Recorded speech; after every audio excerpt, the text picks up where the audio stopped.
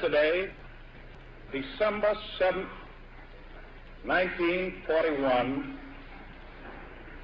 a date which will live in infamy, the United States of America was suddenly and deliberately attacked by naval and air forces of the Empire of Japan.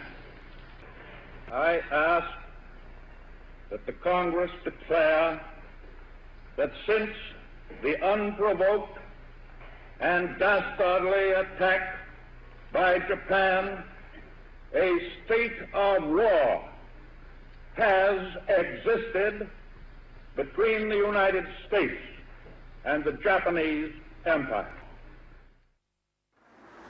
Since September 1939, when Britain went to war, its population faced many impacts and turmoils.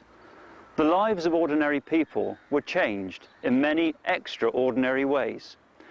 The majority of able-bodied men had gone to fight in the armed forces. Women were working in factories and fields. Even children were affected by rationing or evacuation. Then there were the physical dangers, such as the Battle of Britain or the Blitz. Nearly everybody in Britain was affected by the war in some way.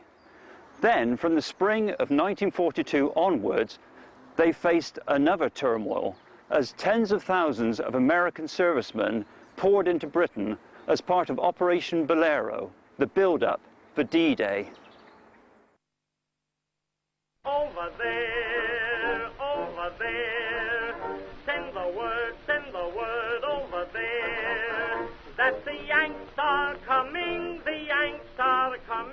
the drums... Just a quarter of a century earlier, around 1 million Americans had visited Britain when the United States became an ally in the First World War.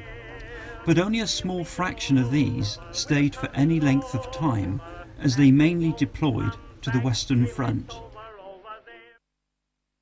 During the Second World War, the situation was very different, as there was no European front.